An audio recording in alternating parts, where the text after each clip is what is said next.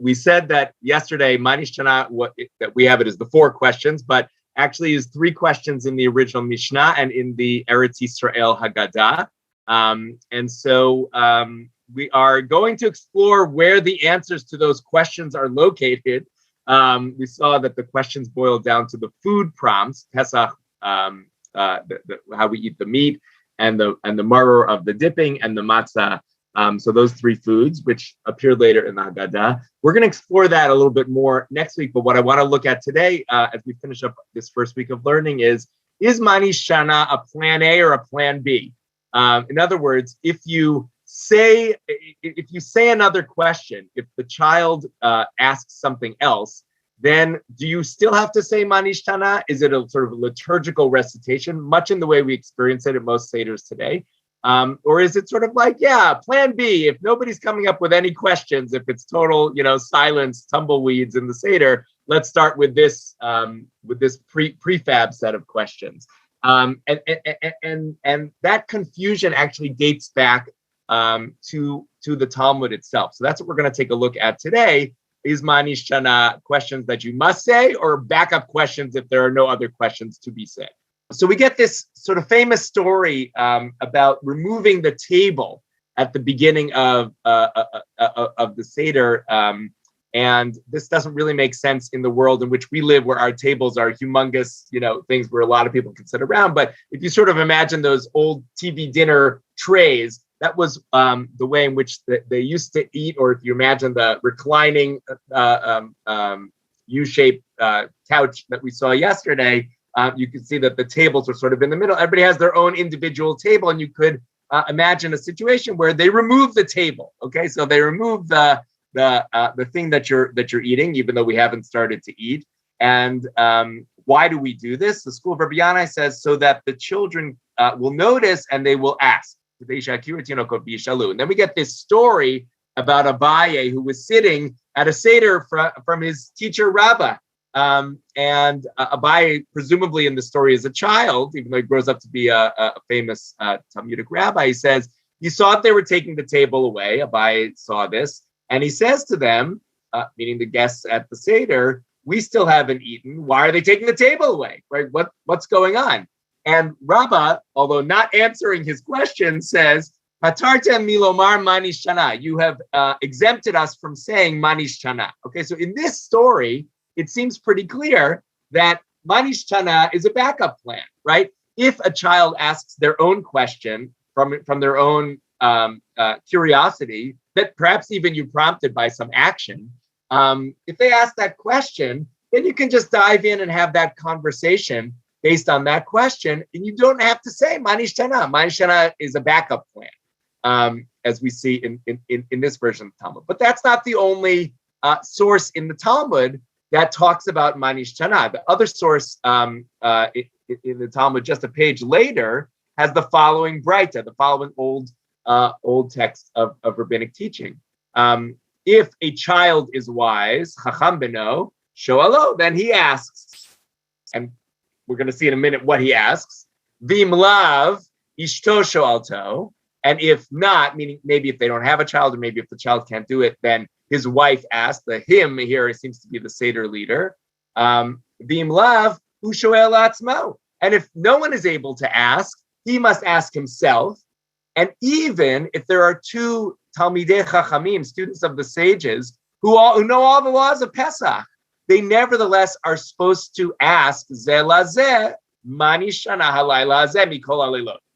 Okay, so what we see here is there's a different orientation to Mah Nishtanah. Somebody has to ask it, right? Ideally, it's the child, if the child has the ability to do it. Otherwise, it's other people at your Seder or yourself. And even if you're sitting just you and another expert in halakha, and we're going to see as we move to next week that discussing the halachot of Pesach might have been the original purpose of what the conversation was at night, but then sort of shifts over to the story and telling the story as opposed to discussing the halachot. But even if you know, so presumably you're an expert in the Seder, you know exactly what to be talking about, and there's no need for questions. Nevertheless, you're supposed to ask each other, Mah Nishtanah halayla hazeh mikol halilot. Okay, so here we see, in contrast to the story of Abaye, who exempts them from saying Mah Nishtanah because he asks a separate question. Here, even people who don't need to ask questions at all, nevertheless have to ask a question and ask the specific questions of Mah Nishtanah. Okay, so this is basically, I would say, the earliest source of the fight between is Mah Nishtanah a stand-in for your own questions, and we should all be constructivists and prompting the children or anyone at the Seder to ask a question, or is Mah Nishtanah something that you have to say no matter what your orientation to knowledge is? It's just part of the liturgy, as it were. Okay, now let's see how this gets understood over the years. I didn't bring it actually as a source, but there is a report from the Maharios about 500 years ago in Germany, who reports in his book of customs a very similar story to the story of Abaye, where his daughter actually notices that they're taking away the tables, not clear exactly what their furniture situation there was, taking away the tables. She says, "Why are you taking away the tables?" He says, "We don't have to say Mah Nishtanah. You've exempted us from saying that." And it was a daughter, not a son. Didn't matter. Somebody asked a question, and so he was done with Mah Nishtanah. And we get this encoded in law from Shibbolei Leket, 13th century Italy, who says, quoting an earlier source in the Italian tradition, Rabbi Yeshai Detrani explains as follows: this Mah Nishtanah was only established for one who didn't have anyone to ask other questions, because if he had a son who would be able to ask another question, lo yatzrichin lomro, you don't need to say Mah Nishtanah, right? This is the halachic encoding of the Abaye story, with Rabbah saying, "You've exempted us from saying Mah Nishtanah." Okay, so this is the Mah Nishtanah as a plan B. And in fact, we have this Haggadah from the medieval period that even includes this in the instructions, which is kind of amazing, right? You can see at the bottom of the first page, the big ha in the big square, halach ma'anya. So we're at the beginning of Maggid, and you can see at the bottom of the second page, you're about to say ma, the big mem hey, Mah Nishtanah. But in that little red sort of note to the leader, which I copied and put here, we read the following instruction. One places the basket or the Seder plate on the table, and if his son or daughter or wife asks about the change that they see, this is instead of taking away the table, they bring out the Seder plate or something around sort of the table setting. And if someone asks a question about it, then begin with Avadim Ayinu, skip Mah Nishtanah, and go over to the next page where we're going to say we were slaves in Egypt. But if they didn't ask, but in love, if they don't ask based on the prompt, then you say Mah Nishtanah. Okay, so Mah Nishtanah here is the backup plan. Okay, so that's one strand. Let's call it the Rabba Abaye strand of Mah Nishtanah as the backup plan. However, we do have other halachic giants who are encoding Mah Nishtanah as something you have to say, basically, without regard to other questions that come up at the table. So the Rambam says this also gets to who is saying the Mah Nishtanah. The Rambam says in encoding what we've been reading in the Mishnah, Mozgin kos hasheni, you pour that, you mix that second cup of wine, right? The cup that we're going to be reciting Maggid over. And notice, for the Rambam anyways, there's no halach ma'anya. You're just going straight into V'kan haben shoel, right? Here is where the child asks. Now, the child ask seems a little ambiguous here. What does the child ask? Maybe, why did you remove the table, or any other question? But irrespective of what the child asks, V'omer HaKoreh, right? The leader of the Seder, then recites Mah Nishtanah halayla hazeh mikol halilot. Now, this also gets into the question of, is Mah Nishtanah a set of questions or a set of wonderings or noticings, right? How different? Like, you ask a question, why did you remove the table? And then the leader sort of responds and says, how different this night is from all the nights. Like, let me add to your questions and noticings and wonderings. I'm going to put out a few more on the table, right? So the child asks, and then that prompts the leader to recite Mah Nishtanah. I brought you some other examples of this in the footnote that even precede the Rambam.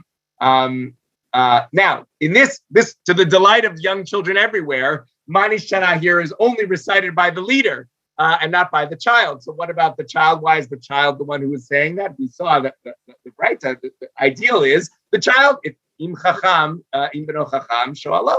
the child has the ability to ask, then he asks. So we see that tradition as well, where the child is the one who's going to ask Mah Nishtanah. Seder Rav Sadia Gaon, during the 10th century, says if there's a child who knows, he should stand on his feet, Yamod al Raglav, Bishal, and he'll ask, the Mah Nishtanah.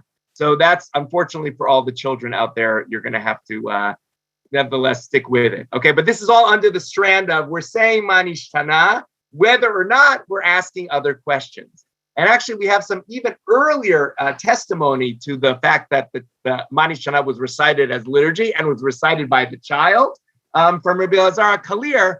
Kalir is the ancient Israeli Eretz Yisrael poet who lives in the 6th century, so hundreds of years before Saadia Gaon and the Rambam. And we have a poem that he wrote for Pesach, in which I put the titles in bold, but let's just look at the lines in which he writes here. Vladei Shoshana, the children of the rose, a reference to Israel, but really the children. Le'avot chalu sha'alna. To their parents, they begin to ask, Leil ze mikol shana, Mah Nishtanah. Right? You can see the rhyme scheme here. This night, from all of the nights, what is different? So right here, the children are asking the parents, and they're asking Mah Nishtanah. He sort of rejiggers the order of the script just for poetic flourish, but it's clear we're talking about the Mah Nishtanah that was already mentioned in the Mishnah. And in a second poem that he has elsewhere, called Belel Shimurim, on the night of watching, Leil Hanish'al La'av Mipi Olel. It's the night in which the father is asked by the child, Mah Nishtanah Mikol Leil, right? Olel and Leil, you have to get the rhyme scheme in there, but Mah Nishtanah is what the child is asking. So what we have here is sort of starting in the Talmud.